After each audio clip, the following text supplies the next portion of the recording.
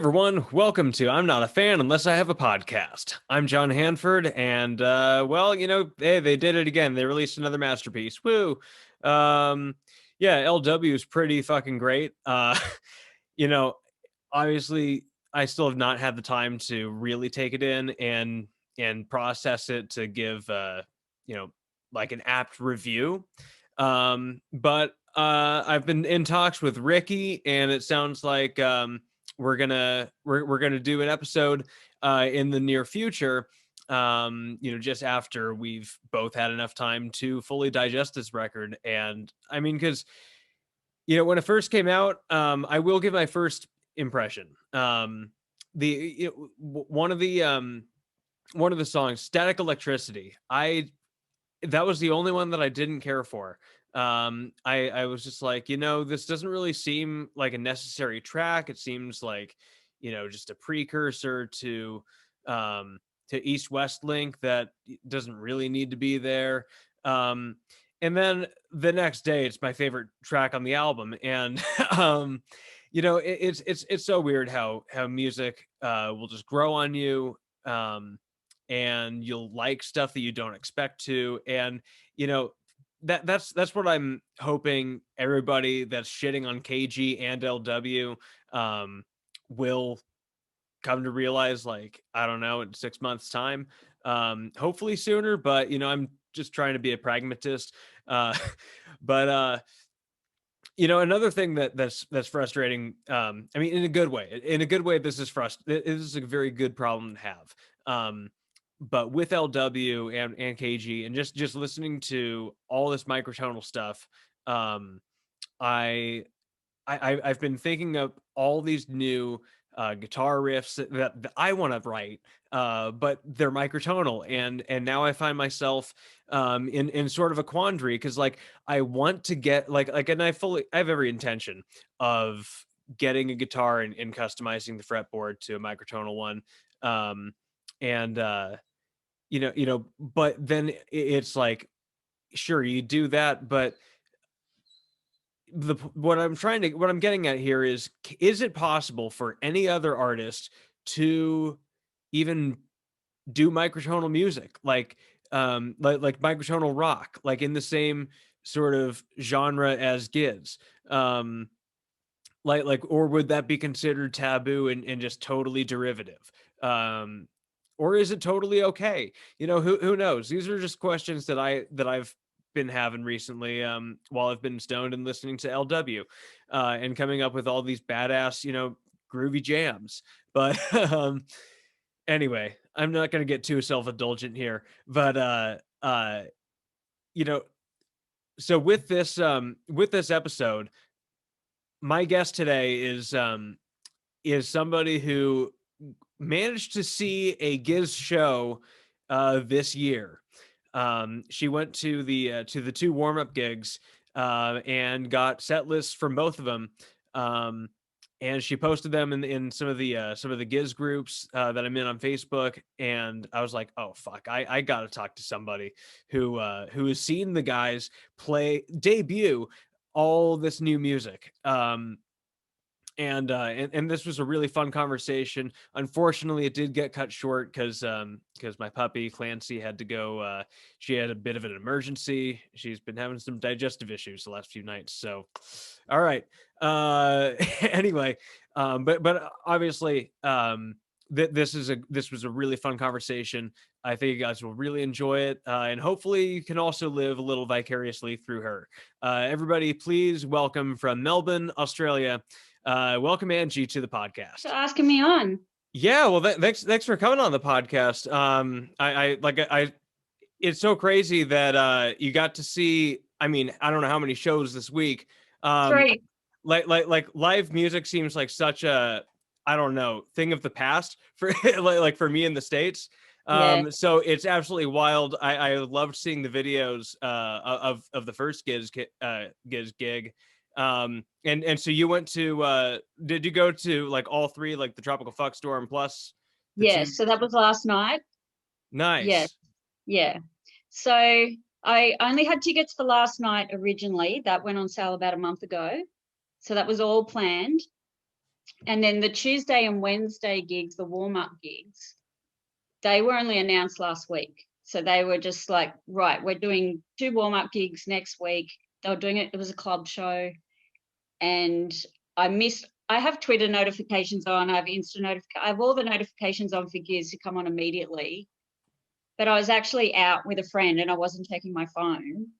And then an hour later, we parted ways and I checked my phone. I'm like, holy fuck, there's 2 gigs next. And then I missed out, like sold out, obviously, immediately.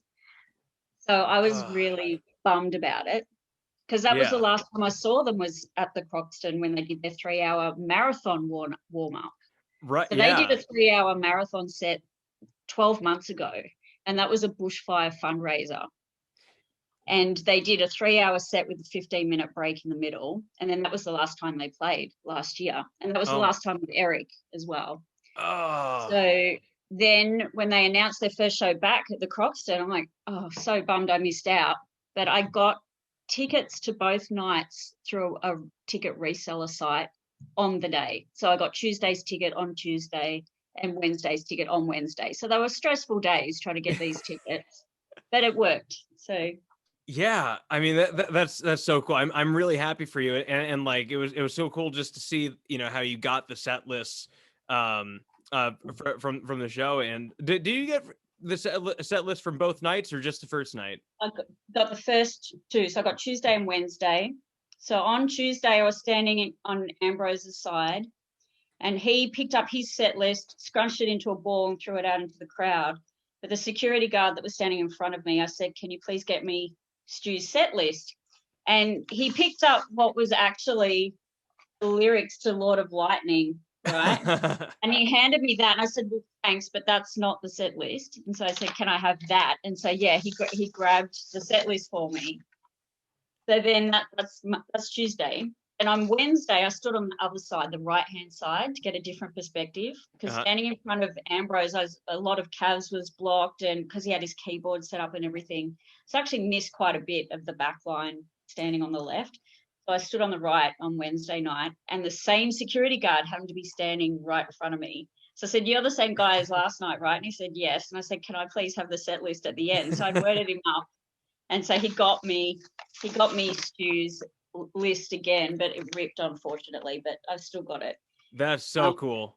And I didn't get last night's because it was a big open air show and it was all allocated seating, and I wasn't near the front of the stage. I was the 3rd tier back, and you just had to stay put basically. So, but some dude like Jet, he got it and he posted it on on nice. So I've seen what the set was. Yeah, I imagine like just about anybody who does collect the set lists will post them on the page. Yes. But like obviously it's cool to be like the, you know, the bearer of good news, you know. Yes.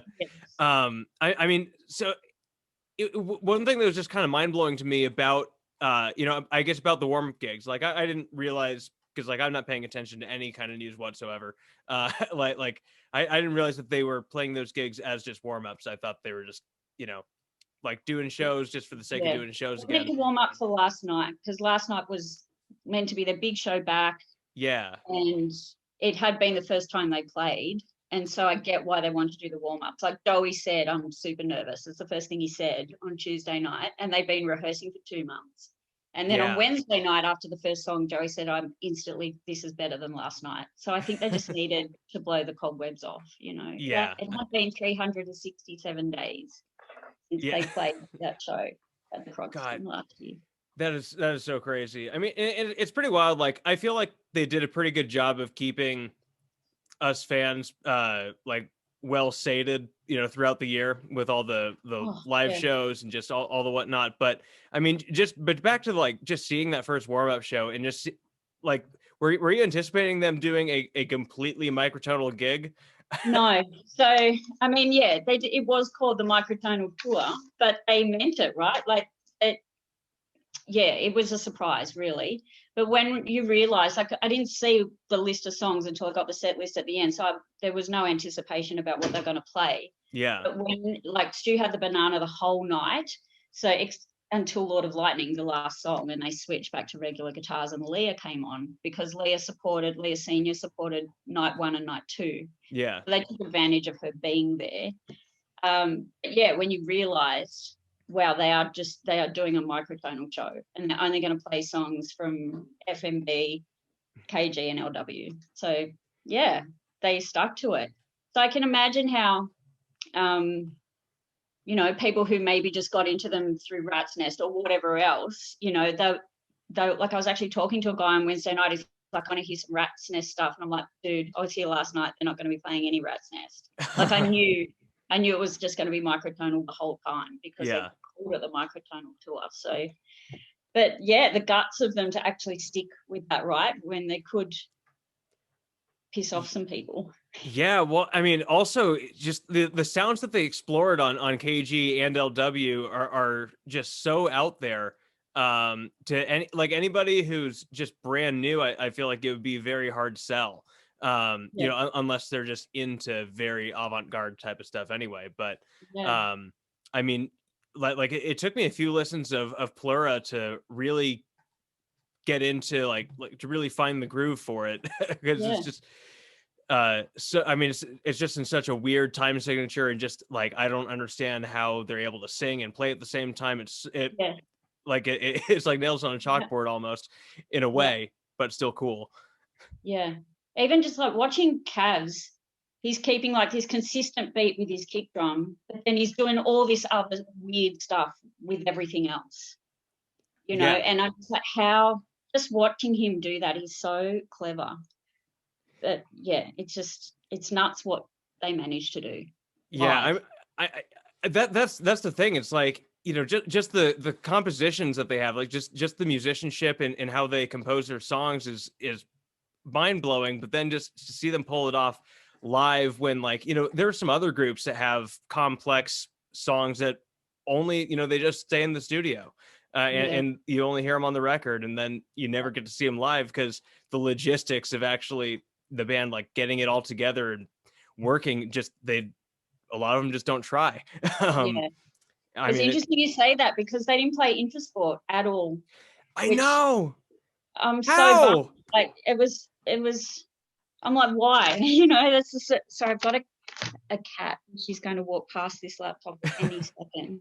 So I've just realised we've just launched into talking. So I don't really know what the protocol is with you recording. That is exactly the protocol. You guessed right. But yeah, I mean, I like to just start the podcast like at any, like whatever's like a satisfying, random, organic juncture. But Molly. Hey, Molly. I always like getting pet cameos on the podcast. Yeah. I haven't been on a Zoom for ages, so right on cue. Yeah, well, welcome back.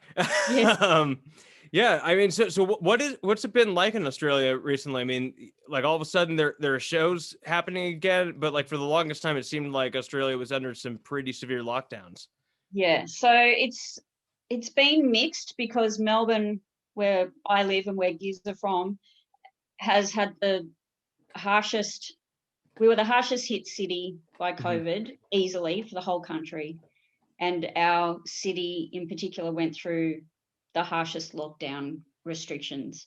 So we went through 2 lockdowns last year, and one I think started around April and didn't lift up till June. And then we had about 3 weeks of relative freedom, where restaurants opened with limited capacity and certain rules and bits and pieces. And then we had another outbreak and bang, everything shut. And then we went into our second lockdown, which was far longer, far harsher. We had a 5-kilometre radius limit. We couldn't go from 5 kilometres from our home. Good God. We could only leave home to go to work if you couldn't work from home. So all office workers were all working from home. So the only people that were leaving their home to work were essential workers, grocery stores, hospitals, and so on. Everyone else was working from home. You could only leave your home to exercise for 1 hour a day, and it had to be within 5 k's of your home. Oh my God. You could only leave your home for essential caregiving. So if you're looking after somebody, there were 4 reasons: exercise, work, caregiving, and shopping for essential goods. So shopping for food. They were Right, the right. only 4 reasons you're allowed to leave home. You weren't allowed to have visitors or visit people. So there was a whole thing as well. People who had significant others or intimate partners were allowed to see them. But if you're a single person that lived alone, you couldn't have a friendship bubble or anything like that. Oh my God. I'd So be so it was really tough. And yeah, I'm a single person who's living alone. So it was really quite tough. And I was unemployed throughout it as well. I was in the good travel God. industry. So this time last year, I saw my career evaporate. There's no travel industry anymore. It's done. So, yeah, so I was unemployed, single, living alone. It was crap, right? And then meanwhile, all the other states, so like Sydney's in a different state, Brisbane's in a different state, Perth over in WA, all the lockdown restrictions through COVID were designated by each state that you lived in. So it wasn't one rule for the whole country. It was very much based on what was happening in your city and your Yeah. state. So meanwhile, Melbourne's watching everyone else kind of sort of get on with it. Like they weren't, like Perth has been having gigs since August last year. So, you know, you'd see bands like Psychedelic Corn Crumpets and things like that, like post gigs that they're going to, or you'd see some footage on Insta of Pond have a gig over in Perth, and you're just like, oh man, like, and people shoulder to shoulder, like not socially distanced, no masks, nothing. And so over in Melbourne, when we're still in a harsh lockdown, that's the thing, we had to wear masks everywhere as well. So there were all these sorts of things mandated for us that no one else in the country went through. So, you know, that's like they were saying they made like KG in lockdown separately, Yeah. you know, they're all recording their parts in their homes separately. And it's only once restrictions finally eased towards the end of last year, closer to Christmas, that you were able to have visitors, that you were at the 5K thing was scrapped, 5-kilometre limit. All those things started to slowly but surely dissipate, but we still had to wear masks everywhere. And we just went into a lockdown like 2 weeks ago, a 5-day lockdown that only ended last week. So the fact that these shows even went ahead at all, it Yeah. was super, super lucky, because Wow. they Yeah. very well could not have gone ahead. Yeah. That's wild. I had no idea the exact, I guess, intricacies and just the details of those lockdowns. Yeah. I mean, that's absolutely wild. Yeah. I mean, cause I used to live in New York City, and I guess that's about, I guess, sort of on par with Melbourne, in terms of like the COVID restrictions and stuff. Because like for the longest time, like I still have a lot of friends in New York, and they would just be in their apartments for like the entire first month of the lockdown, and like people would actively, call out of their apartment windows to people on the street, just being like, "Hey, go home," and like it was chaos. But I mean, that was also only 1 month that they were doing that, and then people were able to go around and sort of do things. But ours was more than 3 months. Yeah. So the second one last year, which was the harshest one. So when we went into the 5-day one, like 2 weeks ago, I thought, oh, 5 days, I'll piss that in easy. But then again, that whole single person living alone thing, it was immediately thrown back into that isolation, because they reinstated the 5K limit again, couldn't have visitors, and you could only leave home for those 4 reasons again: exercise, shopping, working, and caregiving. So it immediately, and you think, oh, 5 days is nothing. But then it was that whole deja vu of going back into that, and we didn't know if it was actually going to be lifted after 5 days. It all depended on the case numbers. Yeah. I think going back into it, a lot more people were challenged by it than they thought they would be, because there's obviously been some controversy about how the government have handled it. A lot of people are thankful that our state government have been strict, get this under control. But at the same token, they've caught a lot of flack. Like, why was Melbourne and Victoria affected so much more harshly and differently than all the other cities and states in the country? So there's a lot of backlash. There's a lot of people, conspiracy theorists, anti-vaxxers, all those types as well, who come out of the woodwork and just kick the boots into the government. So You know, there's been a couple of protests, all that sort of stuff as well. But for the most part, people are like, yep, let's just do it. Let's get rid of it, because the sooner we can get rid of it, we can go back to gigs. We can have all the things that we used to have, you know, and that's what Melbourne's about, is the live music. Yeah. So, I mean, and obviously, like it sounds like live music is kind of what keeps you going. I mean, at least just in our messaging, just like let's wait to do the podcast in a few days. I got tickets to see Beans tonight. I'm just like, you and your gigs, and now you're explaining this. I'm just like, you have well deserved all of this, like this week of music. Yeah, we've like, last year was the longest I'd ever gone without seeing a live show since I was 17. You know, it's just like, I've just always done gigs. It's always been my thing. I was from Sydney originally, and I moved to Melbourne for the music scene. So yeah, it's why I live here. It's why I choose Melbourne as my home. Yeah, because it's got it going on, and we've just, we've had that for a long time. So last year was weird, just not going to see a show. It was just, for crazy. Sure. So I gotta ask, like when did you get into King Giz? Well, so I was wondering if you're going to ask me stuff, and I'd have to sort of swat up, because no, it's all regular conversation. Yeah, it's probably around 2011, 2010, 2011. So wow. Yeah, because we had a local radio station here, local community station called Triple R, and they were playing Blacktooth a lot off Willoughby's Beach, and I was getting into that. And then I went to see Girl Talk, who was doing a show out here, and Giz was supporting them. And so I'm like, oh, I like that song they do, Blacktooth. I'm going to make sure I show up early. I'm going to see Giz. So I did show up, and specifically to see their set. And that was so different back then. Like, Eric was doing percussion, he was on theremin and maracas, and just hitting random cymbals and running around stage. Pre-glasses, like no glasses and no beanie. So they were all, and Joey had this sort of weird, boy band side hair thing going on. It was, it's pretty funny. I mean, it's hilarious, because like I just see these videos of them, just like how like it's like so cheesy how like to a T they are to like like 1960s site groups. It's so silly how their infancy it's like repeating history. It was cool. So I was digging that stuff, and then they played the launch of Willoughby's Beach at this small club in Melbourne called the Old Bar. No, it's the Old Bar or Bar Open. One of them. No, the Old Bar.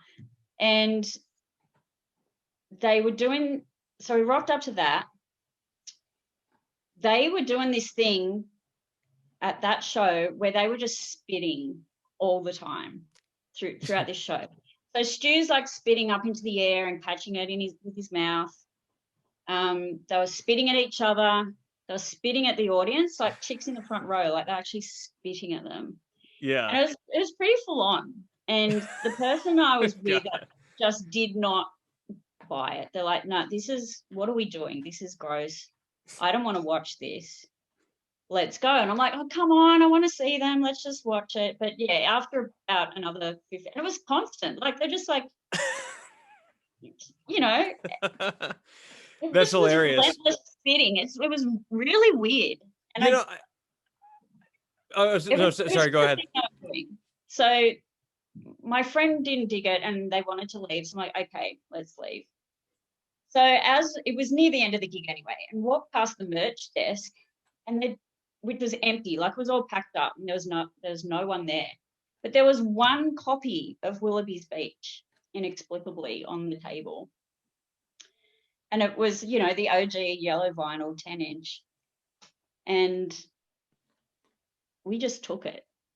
So there was no one there, and it was just locked. It was just there. But we took that. I think that's fair. I think that's fair game. Like,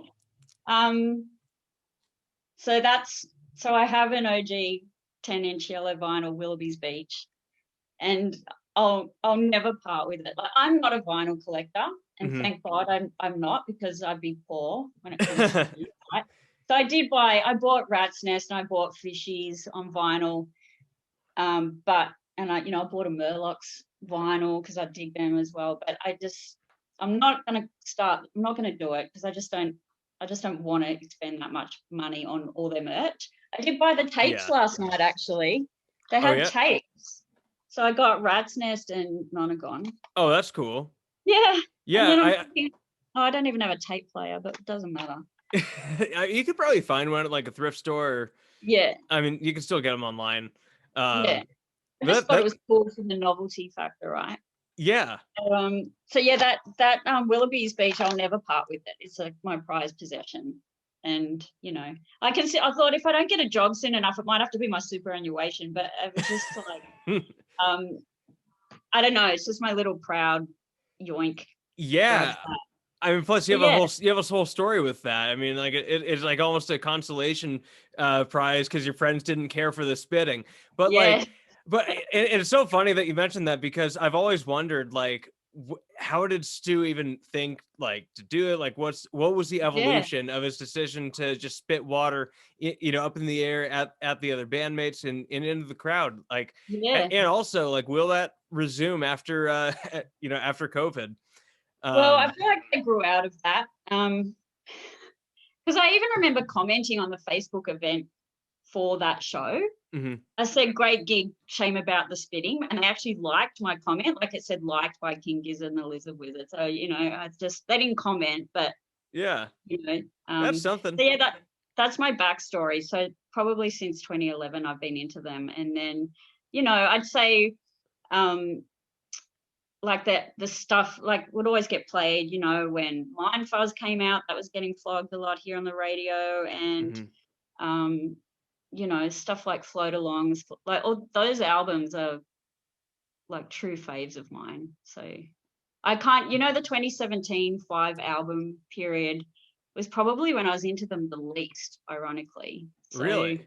yeah, I didn't consciously take a break, but I wasn't into that output then as I am now. That So makes that makes sense. Um, so I mean, right up because until Monogon, I reckon, and then I took a break, and then I came back hard with Fishies, and oh, then nice. revisited it all again. Yeah, I mean, because like I got into them at the end of 2017, so like just after Polygon Wonderland came out, that's when I first heard of them, and Yeah, you know, I got on board with the whole yeah, thing, and yeah, um, but I remember like even like the other like the rest of the album Polygon Wonderland, like pretty much aside from Crumbling Castle and the Fourth Color initially, I didn't really care for the album. Like I didn't really see what was so special. I knew it yeah, was complex, but like it really took a lot of I guess just like open-minded listening. yeah, Just when I had a lot of time just to focus my attention on it, to yeah, really get into it. And same thing with Sketches, although that took even longer to get into. And yeah, um now that I know that eventually, um, it'll always work out, that I know now I can just trust King Giz to to like do whatever, and eventually I'll come around. yeah, Like that made it a lot easier to enjoy KG right off the bat, yeah. and same with LW to an extent. Um, yeah, I don't know where I was gonna go with that. I forget if I was just interjecting something, but yeah, I guess what was your take on KG and LW, the albums? Yeah. Well, straight away, first listens, I was digging it. I really liked it. Whereas I think that 2017 period, they were super slow burns for me. Like nothing grabbed me. And I know it's controversial to say, but sort of nothing that they did made me go, see, like when Mind Fuzz came out, I'm like, yep, this is great. Nonagon came out, yep, this is great. Stuff off Float Along, all those albums like really hit peaks for me. But all the stuff that they released in 2017, I'm like, yeah, it's okay, but it just didn't get me. But when it did get me is when I've realized that when I see them live and they do songs live that I wasn't into, seeing them do it live sometimes flicks the switch for me on certain songs. Uh-huh. Like Sky Boogie is a perfect example. Like when that single was released, and it's not indicative of what Fishies is like as an album, right? Yeah. But that was the first single. I'm like, oh, what? This song goes for 5 minutes too long, I just I didn't dig it at all. Like even they did a couple of gigs in 2019, and I went to both nights, like it was back to back.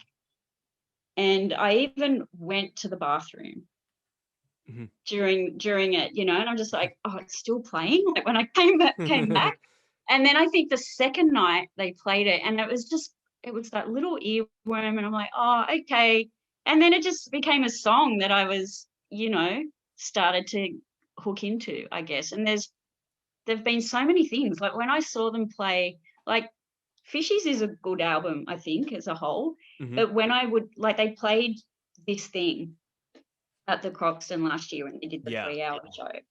And it was like, I didn't dislike the song at all prior to hearing it live, but hearing it live, I was just like, fuck, this song is awesome. Like it just really, like you just hear them do it, and they get into this more intense groove, I think, when they're doing it live. And so they not only recreate what they've recorded, there's something more there, and it's hard to describe what that thing is. It's just that little extra thing there when they do certain songs live. That little extra thing on this thing, it's I think like it really just comes down to when you're seeing a band live, like all the instruments just their sound can breathe a little better. It's like the same thing, when you're listening to a vinyl record versus a digital track, like there's just a little more room if it's analog. And obviously if you're seeing stuff like live, like you're gonna each sound has its own speaker, and there's plenty of space, physical space in between. And then you also just have the whole spirit of the band and like everybody around you. Like there's just so much energy there that it's like it's you can't recreate it. For sure.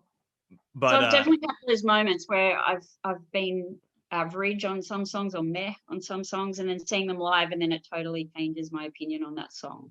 Billabong Valley was like that for me. I initially didn't care for it off of FMB, and then my first time seeing them live, like it was just such a groove that I was like, wait, this is actually a great song. I'm still in it's not like I still don't get the hype for that song, and I still don't get why it's so loved. And he played it last night and played it on Wednesday as well. And I know, again, it's controversial, but I don't get the hype for that song. And I don't know if it's the subject matter. I don't know if it's the melody. I don't know what it is about that song, but I don't understand why people love it as much as they love it. I don't know. I just think there's so many other songs that Ambi does that are just, I don't know. I mean, I would agree, but I think it's just that, like, just hearing Ambrose like sort of croon on a microtonal song, like, because that was the first one that he did. It was just such a different thing. It's I don't know. I guess it catches you at the very least. Like it just kind of catches you off guard. But also like just the way they do it live, they really slow it down and then they'll speed it up and just really kind of drag it out. I can't define what it is that that makes me like it, but yeah, I mean, it was like that as well. So some people, I've seen some comments on the fan page, I don't like Straws in the Wind or whatever about that song. But live, it's great. Like it just. Oh yeah, I mean that is my favorite Ambrose song. I mean that one, although then off of LW with what was it called? Supreme Ascendancy. Like that song, I loved it because I was just like, oh sweet, he snuck a Murloc song onto a microtonal Giz record. Like it had everything is like so Murloc. It seemed like something that could have been right off of Manic Candid episode. And it was just so cool to see it, on a Giz record, and and they just nailed it with all the different microtones. But I just think as a performer, he just ticks all the boxes, I mean, he's such an interesting guy. Like, because I think somebody else that I had on this podcast pointed out that like um Ambrose's whole like sex appeal, like they're pretty sure that like it started as a joke, but then like it's just kind of manifested into like something real, and like I think he's forever tripped up by it. Yeah, Because how can you not be like if something's just a joke and then all of a sudden like that's coming true? It's like, you know, like yeah, it is an odd life. Um, yeah, yeah. He's definitely their crooner, that's for sure. oh yeah. Although like I've got a real soft spot for Joey's songs. 100%. I I mean, love his songs. yeah, I mean, between Consistently. Intersport, Minimum Brain Size, I think Yeah, is one of the best riffs he's ever written. yeah, Um, and like also This Thing's a Joey song, it's yeah. Mhm. I um agree. I think his songs are great. And yeah, as I already touched on, just so gutted they didn't play Intersport. I I don't know. understand. Is it because they can't recreate it, or like it was a single and it was the certified banger off KG, right? So we all agree Yeah. it was unlike anything they've ever done. It was definitely one of the standouts on KG for me. Yeah. I mean for me like the biggest part of like the biggest block in KG was just the Ontology, Intersport, Odd Life. Like Yes. Yeah. that was it. And Yeah.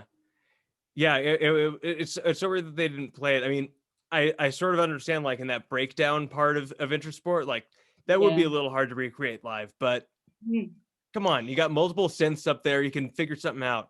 Yeah. But when they didn't do it on Tuesday, I thought, well, surely they're gonna, I mean, they're warm-up shows, so surely they're gonna do it on Wednesday. And they played Ontology Mhm. towards the end of the set, and I thought they are gonna launch straight into Intersport. I was sure of it. And I was getting so hyped towards the end of Ontology, and I thought, it's coming. Intersport is coming. I could Mhm. feel it. And then they went into Rattlesnake. And I was just like, oh no. And then they played KGLW, the outro. So then once they hit that, it's done. Yeah. And it was like, oh, they didn't play it again. So then I was really hoping for it last night, and then they didn't do it last night. I'm like, what? Why?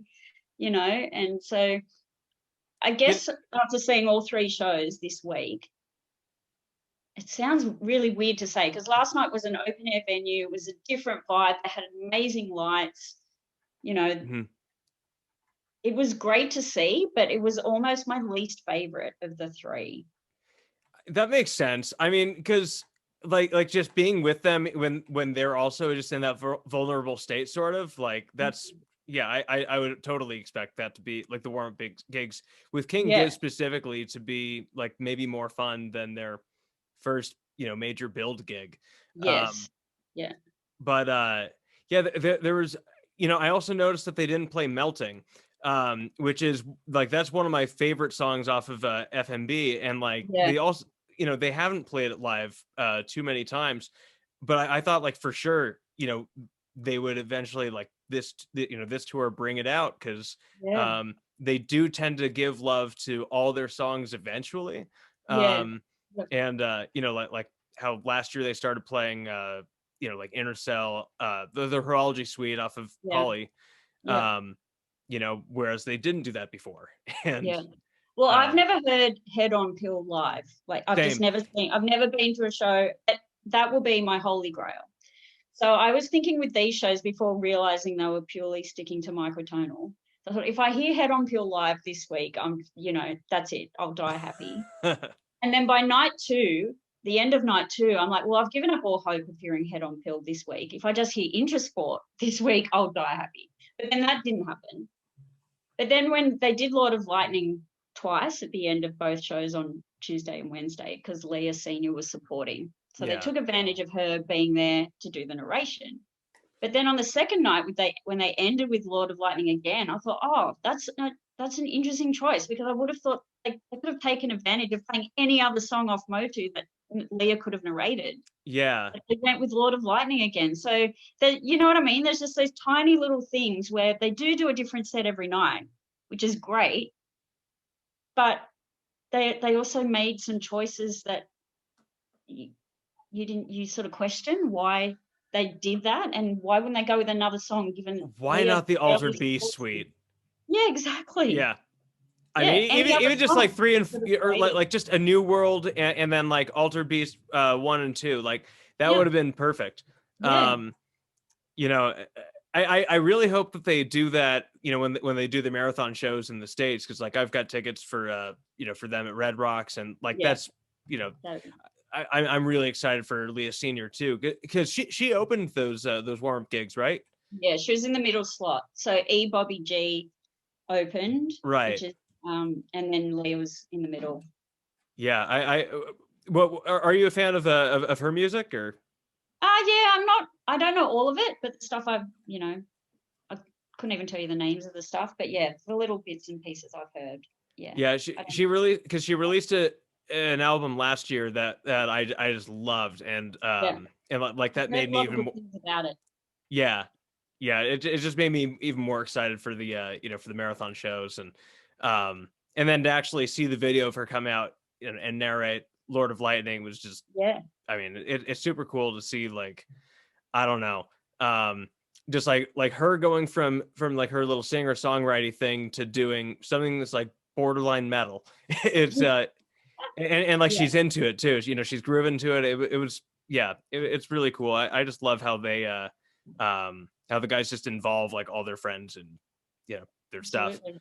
And Um I was thinking this week though, with a band like Giz that have put out so much, have they made this good problem to have, where they have so much material to choose from for a live show. That's great because they're always going to play something different, but then there's always going to be that risk of pissing off someone, or just like someone's going to leave a show disappointed because they didn't hear that one song they came to hear, or they didn't play Rat's Nest stuff, or whatever the thing mhm. is that one person's into that they're waiting to hear. If they don't deliver that because that's not what they want to do on the night, Yeah. there's always going to be a chance that someone's going to be very slightly disappointed. But how dare we be disappointed, right? With a band like Giz that have all the music that they have to play, Yeah. but And I because also of that, you can be disappointed. I mean it's really funny. Like anytime I see anybody complaining in like a comment thread on any Giz page, I'm just like, you should, all right, maybe it's like time to look inward. Maybe, Yeah, maybe I something know, with and you. I felt like that posting the set list this week because I am very aware that we're super lucky to have this happen, Oh right? yeah. Like even people from Sydney can't see them, or Brisbane. Like they're announcing other shows. They haven't done it yet, but they're announcing Australian shows. So, but even people from Sydney are like, oh man, because you guys in the States are like, far out. I'd do anything to be in Australia right now. But then Aussies were like, you mean Melbourne? Like it's just happening here. So because Yeah. we can't really travel, like interstate, like other states have closed their borders to Victoria, to Melbourne state. So That's you can't wild. travel to another state because you might not get back home because they'll lock the border down. So even interstate domestic travel within our country is tenuous at best. It just, Yeah. yeah, I, it's I still, mean, like we've all got our different things to be, thankful for and like that we're lucky about. I mean, like just last week I was driving, through a couple different states, like out here, just like it's nothing. It's we don't have any like restrictions, but we yeah, also don't have live entertainment, so it's yeah. yeah, So it's what's happening over there? Is it like I've heard or read that you guys can't do restaurants or there's no gigs, there's nothing like that. But what is the lockdown for you well, guys? nobody ever really knows, is the thing. One thing that I do admire about Australia in a weird way, it's like sort of the same thing that like I objectively admire about like any type of like powerful government that's tyrannical. Like um like at least you guys are very clear with the information that's being handed down. Like in the Why we're US doing what we do? it Yeah. varies. In addition to varying state to state, it also varies county to county. Mhm. And like and just the way that the counties are shaped, it doesn't really make sense. Like the county that I'm in a very remote part of it, but there's a bigger, like there's a more concentrated area, like epicenter of people in my county that has relegated it a COVID hotspot. So it's because of like those technicalities that like some restaurants up here, even though my town's only like 5,500 people, there's they weren't allowed to open, but we just got dining last week. So stuff's like coming back, and like I actually was able to perform a gig on a week ago. Since like I also do stand-up comedy. And so I got to do one of those. So stuff is gonna come back. I mean, it's it's coming back, but it's just very like we don't know when it's going to be taken away next is the thing. So it's always just like one thing happens, it sounds like good news, and then it's like, all right, waiting for the other shoe to drop. So it's created this weird like I mean, it's not easy on anybody's mental health, because it's just like we're just at the beckoning of like, what does the governor feel like doing today? So ultimately I just focus on just like staying home and fixing up my apartment and just what I can control. But how do you guys get your information when something's decided by whoever decides it? How do you know what it is? I just trust that I'll hear about it from, through the grapevine or something. Hey, sorry, I got a puppy and she wants to get out. That's cool. Give me a second. Yep, that's cool. Where do you gotta go?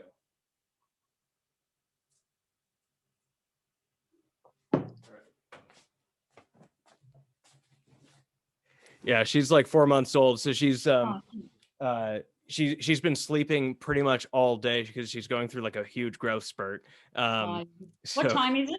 It's 10:45 p.m. Out here. Yeah. I'm it's a pretty good so it's Friday night for me. But and you're of course 19 hours ahead. It's cool to be ahead of the times, but but yeah, so I mean, you've been a Giz fan for like 10 years now, which is I mean, that must sound insane to you.